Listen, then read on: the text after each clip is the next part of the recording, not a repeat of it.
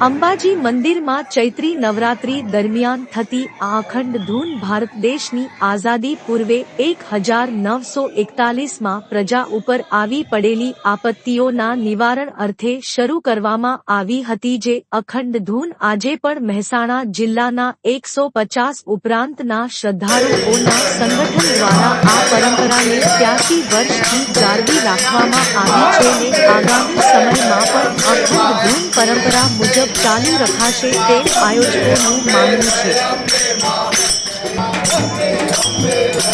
અંબાજી અખંડ ધૂનમાં આવતા આ યાત્રિકો 9 દિવસ તેલથી બનાવેલું ભોજન જમતા નથી। એટલું જ નહીં, અખંડ ધૂનમાં મહિલાઓને સામેલ કરવામાં આવતી નથી।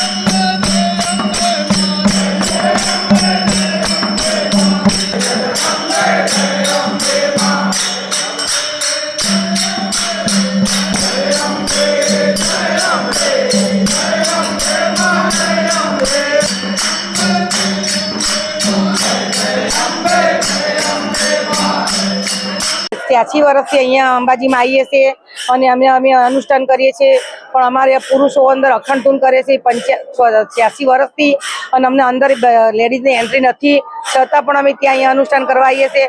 પુરુષોને કોઈ પણ કામકાજ હોય તો અમે હેલ્પ કરીએ છીએ અને એમના જોડે અમે આવીએ। અમે માતા અનુષ્ઠાન કરતા હોય એટલે એમના ડિસ્ટર્બ કોઈ થાય નહીં, એના કારણે અમે એમના જોડે એન્ટ્રી નથી લેતા। અમે બહાર ઉભા એમને કોઈ પણ કામકાજ હોય એમાં અમે હેલ્પ કરીએ છીએ। અમારી આ ધૂન જ્યારે આઝાદી પૂર્વે ગુજરાતની અંદર દુષ્કાળ પડ્યો ત્યારે દુષ્કાળના નિવારણ માટે અમારા ગામના આજુબાજુના વડવાઓએ નક્કી કરેલું, માતાજીને આજીજી કરી પ્રાર્થના કરી હતી કે માતાજી તમે જો અમારા ગુજરાતને દુષ્કાળમાંથી બહાર કાઢશો તો અમે તમારી નવરાત્રિની અંદર અખંડ ધૂન કરીશું। જે 1941માંથી અમારું ધૂન મંડળ ચાલુ થયું છે અને 1941થી અમે દરેક નવરાત્રિએ એકમથી દશમ સુધી સવારના 9 દિવસ અખંડ ધૂન કરીએ છીએ।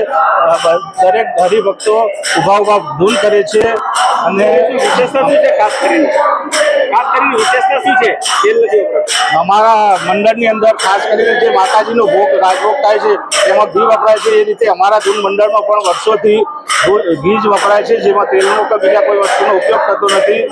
માતાજીની અંદર, માતાજીની ધૂનની અંદર અમે મહિલાઓને રાખતા નથી, અમે ખાલી પુરુષો જ ધૂન કરે છે, કારણ કે આ એક જાતનું અનુષ્ઠાન છે, એટલે માતાજીનું અનુષ્ઠાન કરીએ છીએ। બીજું કે અમારા મંદિરના વહીવટદાર કે કલેક્ટર સાહેબ કે પોલીસવાળા કે મહારાજશ્રીઓ તરફથી અમારા મંડળને ખૂબ ખૂબ સહાય મળે છે। કોઈ જાતની અમને વિઘ્ન મળતું નથી અને વર્ષોથી અમે ધૂન ચાલુ રાખીએ છીએ।